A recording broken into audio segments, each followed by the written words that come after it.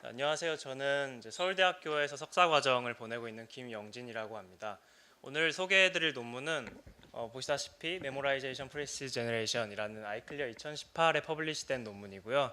같은 연구실의 김민정 연구원이 이 저자로 참여했고 김건희 교수님을 교신 저자로 함께 연구를 진행했습니다.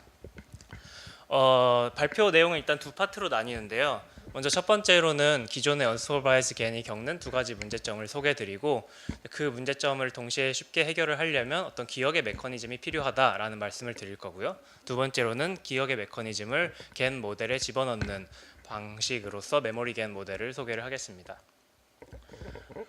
먼저 사람이 그림 그리는 법을 학습하는 방식과 언슈퍼바이즈 겐 모델이 학습하는 방식을 비교를 하면서 좀 문제점을 살펴보겠습니다. 저희는 학생과 선생님이 있습니다. 저희는 그림을 그릴 때 먼저 저희가 기존에 알고 있는 어떤 대상들을 떠올리고 무엇을 그릴지를 선택을 하겠죠. 그리고 드로잉 스타일이나 디테일들을 결정을 한 뒤에 그림으로 옮깁니다. 그리고 선생님이라면 이제 학생의 그림을 보고 그 학생이 과거에 그렸던 그림들을 참고한 뒤에 종합적으로 학생한테 가장 도움이 되는 조언을 줘야겠죠. 이게 상식적인 방식인데 사실 겐 모델이 학습하는 방식은 조금 다릅니다.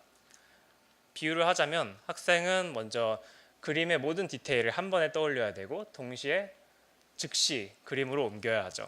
그러다 보니까 이제 다음과 같이 서로 다른 구조들이 섞이는 개와 펭귄이 섞인 이상한 그림이 생성이 되기도 하는데요.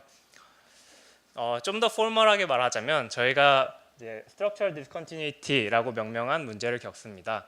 아시다시피 겐 모델은 특히 언슈퍼바이스 겐 모델은 미리 데이터 디스트리뷰션에 존재하는 모달리티를 저희가 알 수가 없습니다. 따라서 이제 레이턴트 베리어블 디스트리뷰션을 주로 스탠다드 노멀이나 유니폼 같은 어인포머티브한 프라이어를 주게 되는데요. 그런 세팅에서는 서로 다른 구조의 어떤 사진들이 어떤 연속적인 같은 공간 안에 매핑이 되게 됩니다. 따라서 구조가 다른 두 포인트 사이 영역에는 항상 실제로는 존재하지 않는 어떤 중간 단계의 구조의 샘플에 매핑되는 영역이 존재를 하게 되죠. 이미 어떤 완벽한 제너레이터 모델이라도 이 문제를 겪게 됩니다. 이건 실제로 디시겐을 토이 데이터에 학습을 시켜봐도 확인을 할 수 있는데요. 파란색으로 표시된 게 디시겐 모델이 학습한 4개의 샘플이고요. 레이턴트 공간에서 인터폴레이션을 했습니다. 그 결과를 확인을 해보면 빨간색 박스로 표시된 것처럼 항상 어떤 중간 단계의 구조가 등장을 하게 됩니다. 디스크리미네이터 역시 비슷한 다른 문제인데 마찬가지로 문제점이 있는데요. 비유를 하자면 건망증이 있는 선생님 정도로 생각하시면 될 것 같습니다.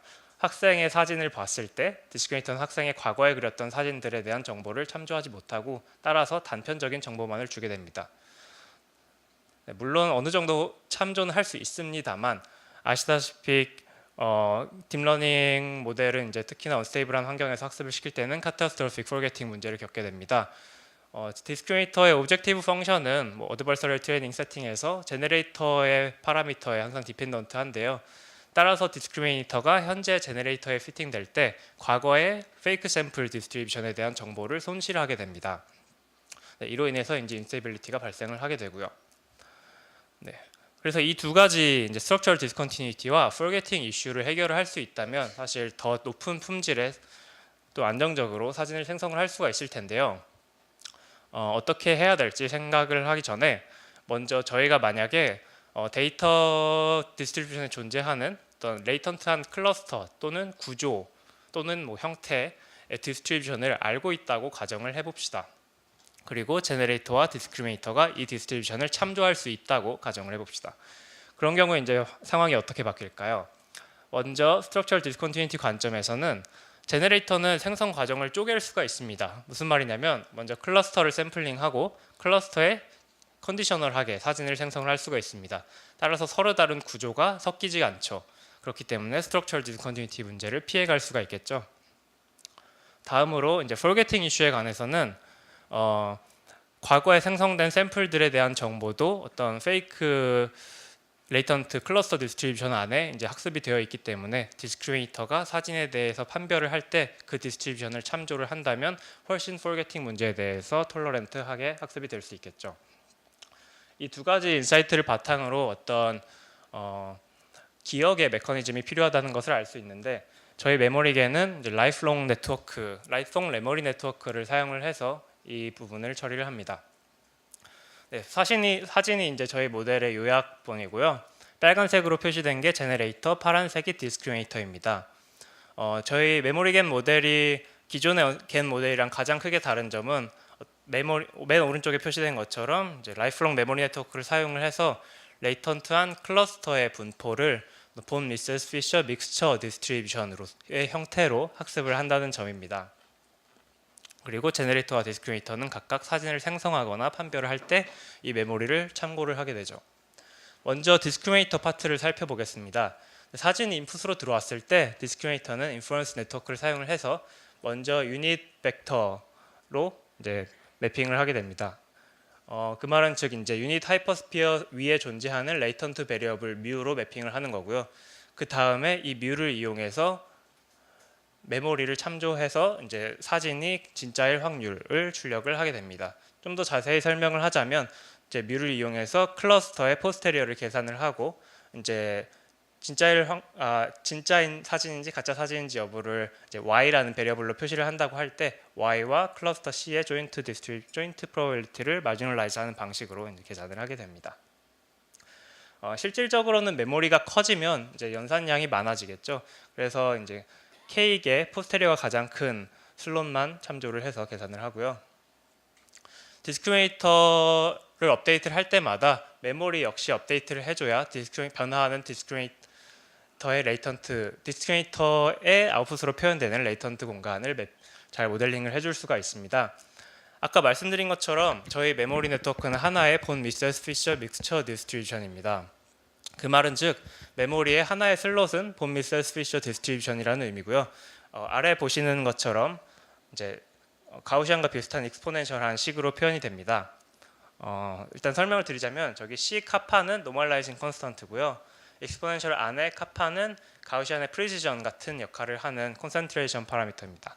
그리고 키로 부르는 저 K 값은 이제 민 디렉션으로 가우시안의 민 같은 역할을 하고요. 저것도 길이가 1인 벡터입니다. 그리고 뮤는 이제 x를 매핑한 쿼리 벡터고요. 그리고 메모리 사진을 보시면 키 이외에도 VHA라는 다른 값들이 있는데 V는 이제 바이너리 베리어블로 이 클러스터가 리얼 샘플들의 클러스터인지 페이크 샘플들의 클러스터인지 포함하는 인디케이터입니다.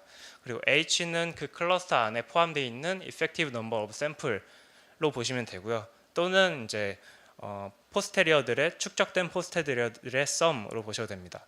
A는 이제 그 메모리 관점에서 그 메모리 슬롯이 가장 마지막으로 업데이트된 뒤로 지난 시간입니다. AG라고 보시면 되겠죠. 메모리를 업데이트하는 과정은 크게 두 가지로 나뉩니다. 먼저 인풋이 들어오면 포스테리어가 가장 큰 K개 슬롯을 찾습니다. 그리고 만약에 그 K개 슬롯 안에 인풋과 같은 레이블이 없다면, 즉 이제 저희가 실제 리얼 이미지를 인풋으로 받았는데 K개 슬롯의 밸류 값이 모두 0이에요. 모두 페이크 클러스터들만 가깝게 표현이 됐습니다. 그럴 경우에는 저희 본 미세스 피셔 믹스처 디스트리뷰션이 특정한 모달리티를 잘 표현하고 있지 못한 것이죠. 그런 경우에는 믹스처 컴포넌트를 새롭게 얼로케이트를 해줘야 됩니다. 따라서 리스트 리센틀리 유스드 방식으로 메모리 슬롯 하나를 이니셜라이즈하고 그 쿼리에 대해서 할당을 해주게 됩니다.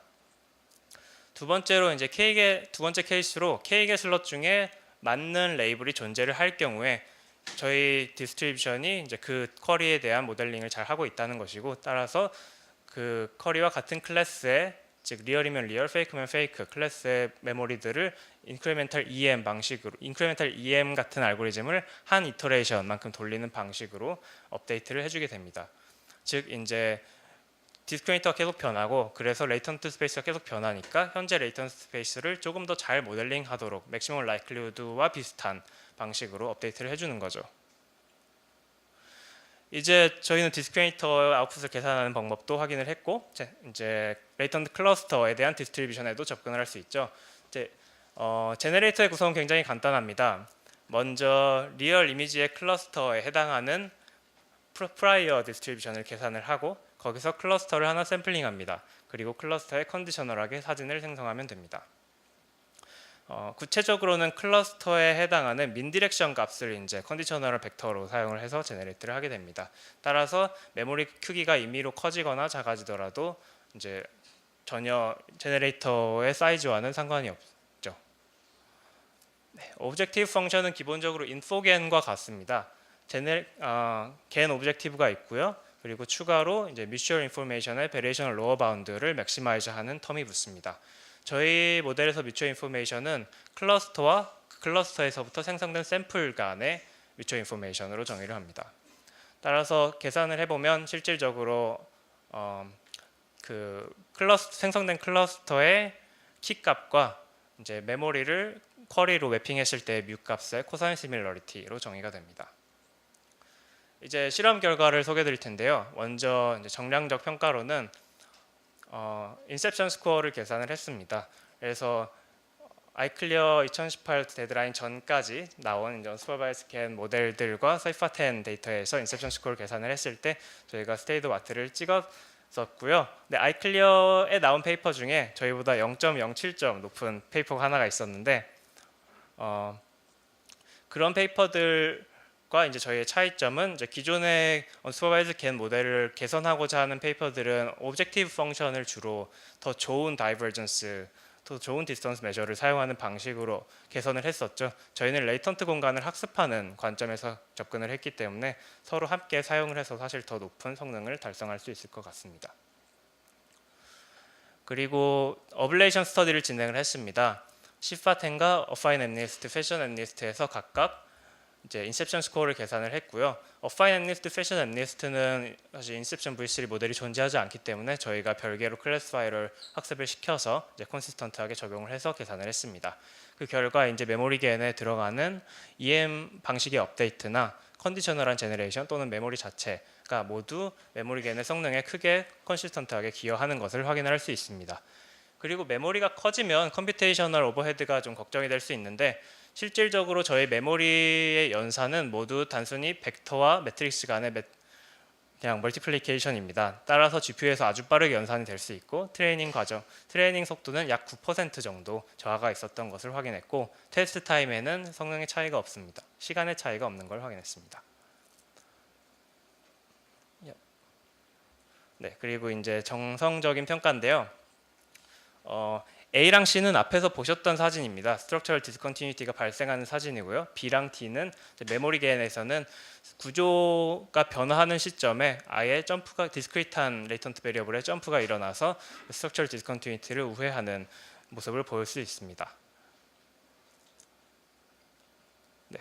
그리고 이 사진은 이제 각각 프라이어와 포스테리어 그리고 그 메모리 폼 미스 피셔 믹스처 디스트리뷰션에 라이클리우드와 포스테리어와 프라이어를 플러팅을 한 건데요. 라이클리우드 사진을 먼저 설명을 드리면은 학습 과정에서 테스트 이미지들에 대한 쿼리의 라이클리우드를 계산을 하고 플러팅을 했습니다. 그 결과 이제 꾸준히 높아지는 것을 확인할 수 있습니다. 이게 무슨 의미냐면 겐에서 저희 디스크리미터에 들어있는 인퍼런스 네트워크가 바뀌면 쿼리의 디스트리뷰션이 바뀌겠죠. 따라서 메모리가 인크리멘탈 EM 또는 LRU 방식으로 업데이트 될 때 그 디스트리뷰션을 잘 따라갈 수 있느냐가 중요한 이슈인데 사진에서 보시는 것처럼 안정적으로 학습이 진행될수록 더 잘 모델링하고 있는 것을 확인할 수 있습니다. 그리고 가운데 포스테리어 사진은 이제 심벌 사진을 인풋으로 넣었을 때 포스테리어가 다양한 포스테리어들에서 이제 대표적인 샘플들을 뽑고 포스테리어 값을 플로팅을 한 것인데요. 구조와 연관해서 아주 구조의 시밀러리티에 기반한 이제 매저가 잘 학습이 된 것을 볼 수가 있습니다. 그리고 프라이어가 점점 플랫하게 퍼지는 걸 봤을 때 메모리 전체를 효율적으로 활용을 하고 있고요.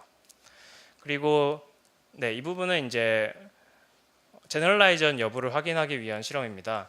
저희 모델이 결국 메모리를 봤을 때 인크리멘탈 EM 방식으로 즉 맥시멈 라이클리드로 업데이트가 되고 제너레이터는 그 정보에 컨디셔널하게 생성을 하기 때문에 단순히 사진을 외울 수 있는 거 아니냐는 이제 비판이 나올 수 있는데요. 그렇기 때문에 이제 레이턴트 공간에서의 시밀러리티를 바탕으로 생성된 사진과 트레이닝 데이터들의 가장 가까운 트레이닝 데이터와 생성된 사진 중에서 가장 가까운 페어들을 모아서 실제로 같은 사진이 나오는지를 확인을 했습니다. 그 결과 빨간색으로 표시된 게 이제 저희가 생성한 사진이고요. 나머지가 이제 트레이닝 데이터에 있는 사진들입니다. 결과 이제 생성된 사진은 이제 트레이닝 데이터에 없는 노블한 사진들이 생성된 것을 확인을 할 수가 있습니다. 네, 마지막으로 그냥 다양한 데이터셋에서 생성된 사진들을 모아봤습니다. 네, 발표는 여기까지 하겠습니다. 감사합니다.